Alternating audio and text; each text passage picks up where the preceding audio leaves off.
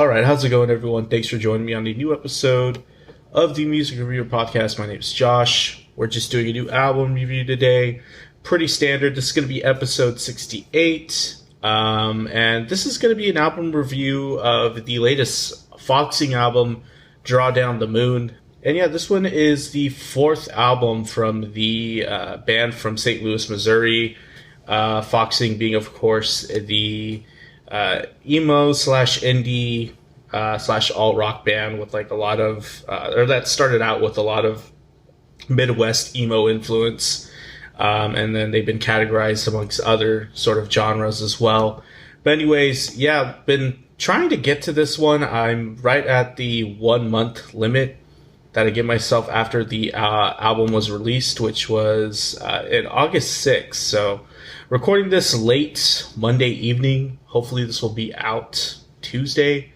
But anyways, yeah, this is episode 68 of the album review series. So once again, thanks for joining me. And yeah, I'll just be sharing some of my thoughts on this latest Foxing album. Again, Draw Down the Moon.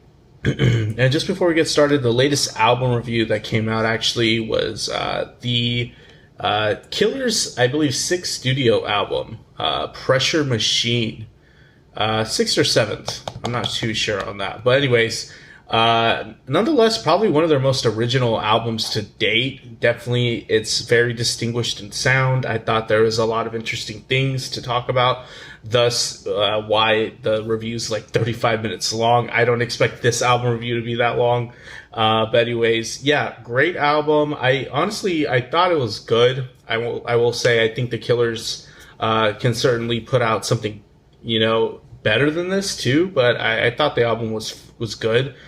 Check the album out, but also check the review out if you have some time. And now I'm looking at my review. That was the 7th studio album by the alt rock vets, the Killers. And then also between now and then, that review did drop in sort of like late August. Between now and then, I did drop the 3rd episode of Talking Tracks. If you have not taken a listen to that, that was released on YouTube only. And it seems like Talking Tracks is doing fine there for now. But yeah, if you are interested in some reviews of just some newer tracks, I did cover the newest track from Big Thief, the Family Tie song by Kendrick Lamar and Baby Keem, one of the later singles released from Turnstile, Daywave, Coil Ray, Future Island, Sam Fender, Churches, Pine Grove. Their latest tracks are all reviewed on there. And just in case anyone misses Best and Worst Track of the Week, I did do 3 weeks of condensed Best and Worst Track of the Week segments on Talking Tracks episode 3. Basically, the week of August 14th, the week of August 21st, and the week of August 28th. Lots of stuff happened between now and then on the Hot 100. And it's not going to slow down. There's some album bombs coming, but nonetheless, the condensed versions where I give just the best and worst tracks of the week are at the end of that episode. But yeah, once again, it's on YouTube only. Not too hard to find. I always link the YouTube channel to the bio or the description of the episodes on the podcast side. Anyways. So without further ado, let's go ahead and get into the gist of this episode. All right, so just getting into the gist of the review with the album titled Draw Down the Moon by the band Foxing. I was trying to describe them earlier. They are a hodgepodge of a few different genres. They kind of have a distinct sound, but it definitely has evolved since their formation. Looking at Wikipedia right now, literally, the genres listed are indie rock, emo, post-rock, art rock, and math rock. I'd say that's a pretty accurate description, even though I'm still trying to figure out to this day what exactly post-rock is. I'm probably just really ignorant in that. But I've been brought up mainly on the stuff being either post-punk or post-hardcore. Lately, I've been noticing post-rock has been describing a lot of different things. But I guess that's just the universe telling me I have to be a little bit more versed in whatever the hell post-rock is. I'm sure I've listened to some post-rock bands along the way. But anyways, back to Foxing. They're an American indie rock band. from St. Louis, Missouri. At this point, the band has released 4 studio albums and an EP. I tried finding the EP on Spotify. I don't think it's on there. I think the EP was maybe released independently back in the day. So it's not like on a major streaming service for some reason. Who knows? But anyways, the rest of the discography seems to be up. Foxing started in 2011 at the conclusion of a related band that dispersed called Hunter Gatherer. And Foxing's formation seemed to have been a revolving door of various members from various post-rock, post-punk, and emo bands. And it seemed like all these various members came to form this new project, which became Foxing. And around August 2012, Foxing released their debut EP, The Fall, titled Old Song, the one I cannot find on Spotify. And anyways, in 2013, Foxing completed their first tour through the Midwest, where they signed to Count Your Lucky Stars Records at the conclusion of that tour. And in 2013, Foxing also released the debut album, Albatross, which was later released in 2014 under Triple Crown Records. It seemed like in 2014, the band's presence was really taking off, with them being featured on tours with supporting acts like Sea Heaven, Brand New, Modern Baseball, and Adventures. Some pretty prominent acts in like the emo community, Adventures being the side project of the metal band Code Orange. I think a few years ago, Adventures was a little bit more relevant, but I think Code Orange kind of just took off and became quite massive since then, so I don't think they've been paying much attention to that act, but that act definitely was a thing a few years ago. I tried listening to a little bit of Albatross because, to be honest, Foxing is not a band that I've been all too versed with. I have heard some of their tracks here and there, and I do know they have some sort of a cult following and a big fan base to a certain extent. But anyways, what I got from Albatross, kind of like what I was expecting to hear from the little I've heard from the band. A lot of Midwest emo influence with some maybe light post-hardcore, slight Gavin dance sort of thing going on. I didn't really notate too many things about that album thoroughly. That's just kind of like a very brief, some brief thoughts that I got on that. But anyways, the band's sophomore album was released in 2015, in the fall of that year. And that album actually ended up reaching number 3 on Billboard's vinyl albums chart. By the time the mid-2010s came along, they're certainly picking up traction. They definitely were developing some sort of listenership and fan base. The band has since gone on to tour with even more variety of acts in the following years, even having many significant festival appearances, Shaky Knees and Wrecking Ball. And then earlier this year in 2021, the band started releasing singles as early as March in support of this new album, Draw Down the Moon. And to get in preparation for this review, for all of my reviews, I just like going back to the most previous work, which happened to be Near My God, which was released in 2018, and just taking a listen to it, writing down some thoughts, and just basically comparing it to this current release in 2021. So Near My God was the band's third album, and I'd argue a lot of people probably consider this probably the band's strongest project. I certainly remember around that time there was a bit of a buzz around this album. Personally, if I listened to it, I don't think I was much of a fan of it, and to be honest, I don't think much has changed on that opinion. I know the critical acclaim is probably a mixed bag, but there certainly were major proponents of this album as well.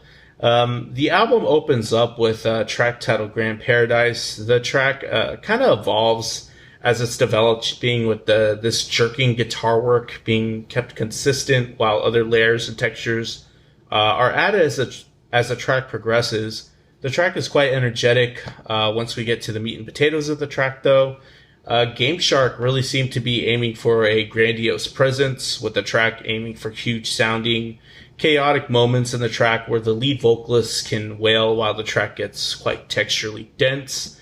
The track does have a nice energy all throughout, though.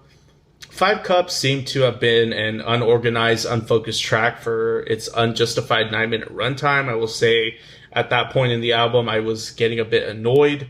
Heartbeats features some chirpy, plucked guitar texture that ultimately reminded me of the band Foals and how they pretty much go about guitar.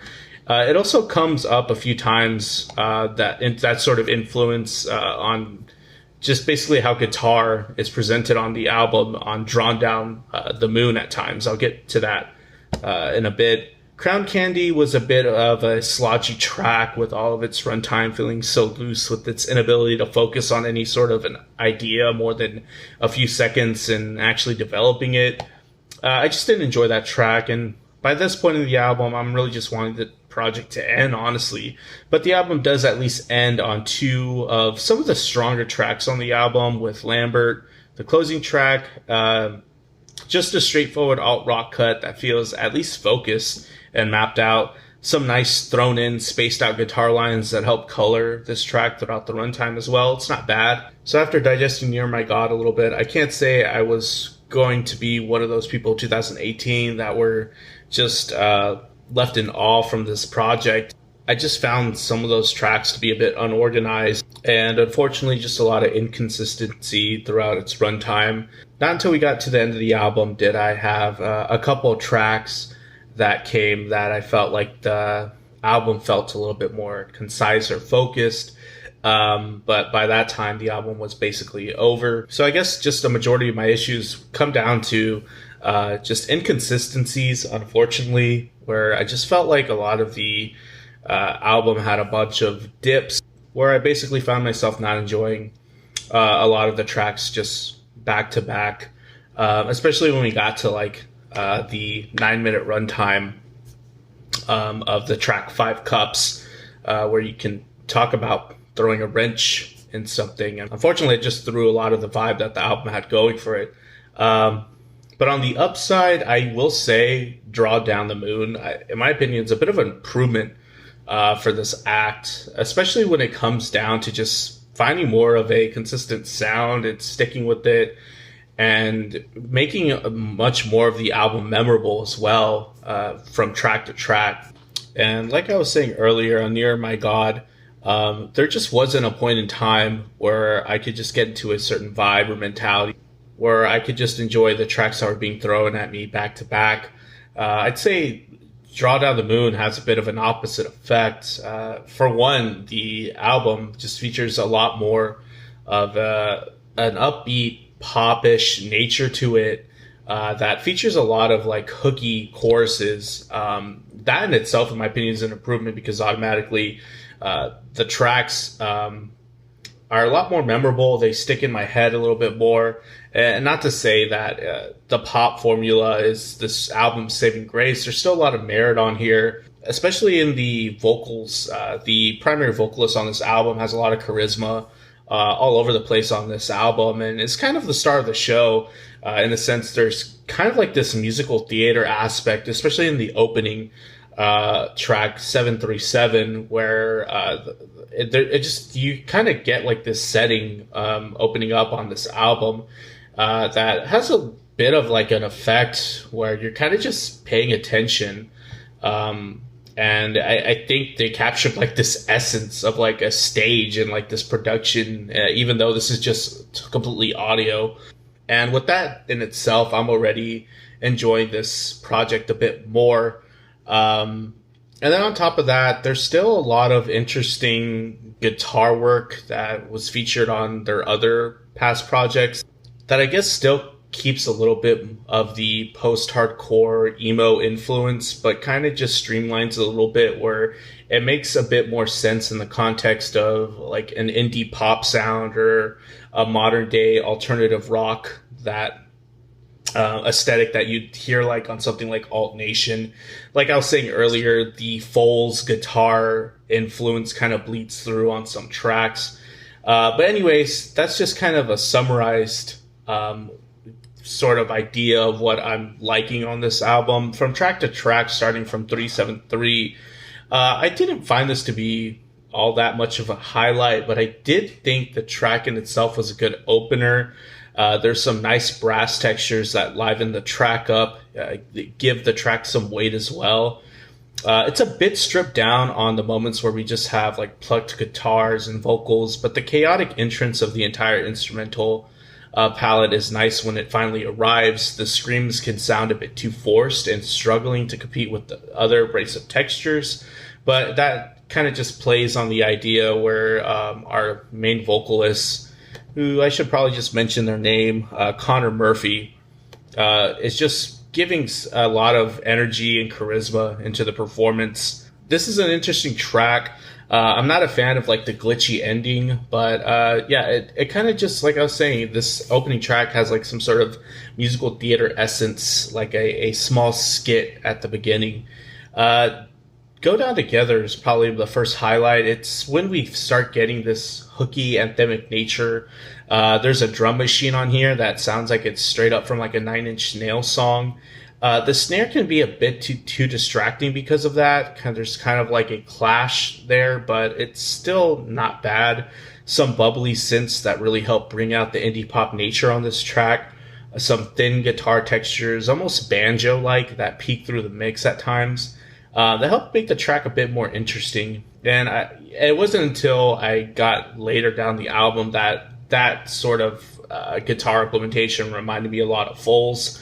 Not a fan of the crunchy and distorted snare at points on here too, but I do like the hookiness of the chorus material. That is definitely a main theme on this album that presents itself a bit.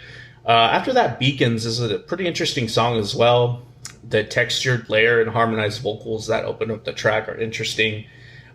Dig the driving nature that's brought by the drum track. I'm digging the keyboard instrumental that peeks through on here. Definitely some more pop flair on here. Honestly, this is quite similar to like modern alternative rock, like on something you'd hear like on Alt Nation or contemporary alt rock radio.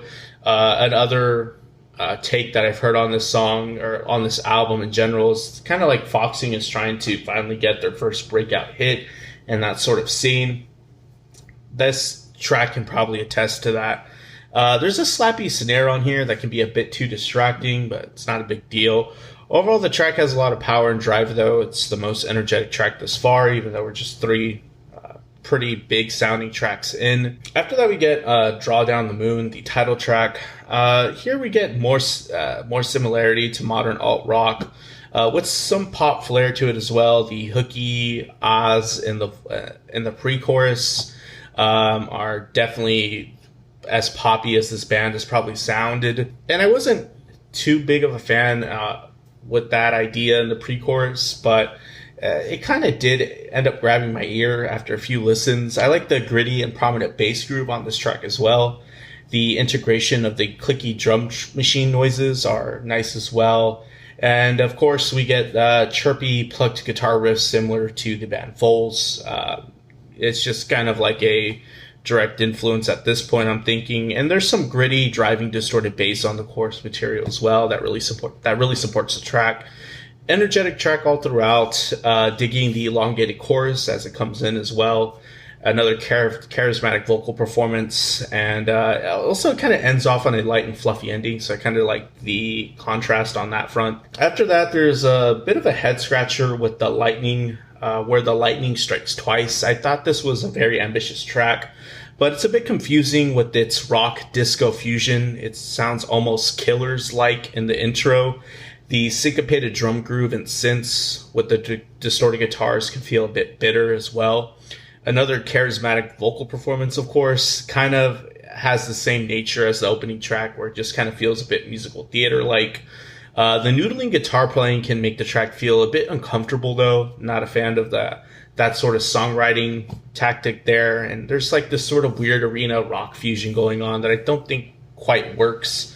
But after that, we got probably one of my favorite tracks thus far with, probably saying this wrong, Bialystock, with an ominous sounding mood in the beginning. Love the main melodic motif in the chorus that covers a lot of range tonally. And I like the driving, distorted electronic elements on this track. A syncopated drum track as well that just makes sense. There's some quirky synth melodies that color the track nicely. And yeah, it's probably my favorite track thus far. It's probably the hookiest, most earwormy, most anthemic. And there's a nice blend of alt rock and pop on here too that just kind of feels organic. After that, the album maybe just slows down a little bit. We get a ballad here, At Least We Found the Floor. This is just an acoustic, stripped down acoustic track.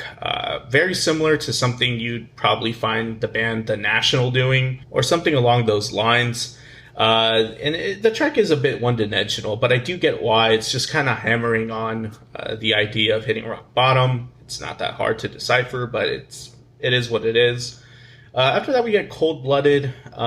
There's like we get this offshoot adult alternative indie pop jam here, but I do dig the weighty and smooth bass guitar tone on here, how nicely it guides the track. The guitars can sound a bit washed out at times though, especially on the chorus. Not much characters provided on them with how they blend in the mix, but I do like the busy drum work on this track. The best drum track thus far on the album, in my opinion. But maybe just wanted to like this track a bit more than I did. After that, we get towards the end of the album, If I Believed in Love. There's a weird synth horn to structure the track with at the very beginning, but I do dig the overall mood that's created by the electronic elements that make the track. It gives the track a bit more of a distinguished flavor compared to the rest of the album.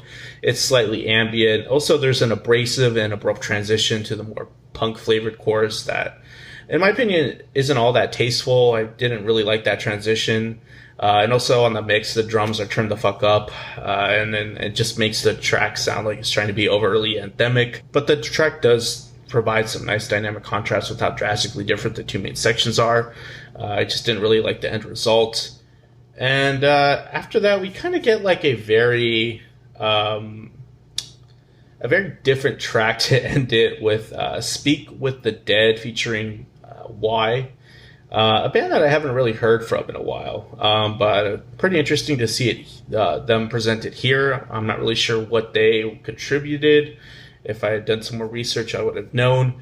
But yeah, there's a more of like this big arena rock aesthetic to this track, some 80s influence at time, maybe a little bit of Phil Collins flavor on the drums. But I'm just not too big of a fan with how technical and busy the drum track presents itself. But I do like the slow down groove that takes place in like the B section of this track. And unfortunately, I just think the track just feels a bit clunky. And I'm just not a big fan that this was like the end track. But there is like a nice ominous ambient outro that is quite beautiful and sensitive compared to the rest of the track. So it does kind of save itself in that front. And by that point of the album, yeah, we are just basically at the very end. And it is interesting. I don't know how accurate the information is. At first, I heard this album was released independently, but I guess there's some distribution deal going on with Hopeless. But yeah, it seemed like Foxing pretty much did the bulk of this work pretty much independently, maybe even funded the album independently, which is pretty impressive. It sounds great. John Congleton's on here. I know I see him a lot with various indie alt-rock bands. And then I think some of the guys from Manchester Orchestra maybe contributed on this. But overall, I think it still sounded like a Foxing album. They just kind of mainstreamed or streamlined their sound to appeal to some more general alt-rock and indie rock listeners. And I think this album might go a bit under the radar. I didn't really hear all too much buzz around this, and I'm just glad I listened to it. I will say, even though I do think it's a pretty good improvement over their third album, Near My God, I will say this album does have a bit of like inconsistencies from track to track. I will say, once we got around to my favorite track in the middle of the album, we never quite reached that level again. So unfortunately, that did kind of drive into some of my enjoyment of this project. But nonetheless, I think this is a solid project. I did enjoy it. And, it kind of makes me interested in what this band can possibly do next.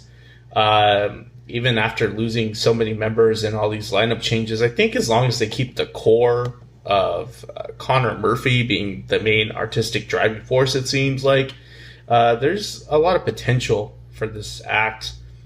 But nonetheless, yeah, those are kind of just my ideas. I think people that are pretty familiar with this album, with this band, will probably find something to like about this. If you're a hardcore Foxing fan, you'll probably like it a bit more than I do, I'm thinking, even though it kind of diverges from like their more artsy, chaotic, abrasive sound that I just couldn't really get into on the last couple of albums, I guess. If you're more of like a general alt rock or indie rock listener, I think there's definitely some potential for someone to get into this act as well. Nonetheless, I think I feel like a 6 out of 10 on this. Didn't quite enjoy it as some more recent projects that I definitely felt were like in the 7 or 8 range, but this was almost close to getting in there, and 6 is still a good rating. I enjoyed it. But that's just my opinion, nothing too serious. But if you stick around to the end of this review, thanks for joining me. My name's Josh. And stick around next time for another album review. I think by default, I'm probably just going to do Drake next because everyone's talking about that. I'll probably do good for the podcast if I cover Drake. But nonetheless, maybe a new Talking Tracks here down the line. I also have a Worth a Listen written somewhere in there that we should probably get around to. But anyways, thanks for tuning in. If you're on YouTube, like and subscribe. Leave a comment, good or bad. Subscribe on your preferred listening service. But I'll see you later.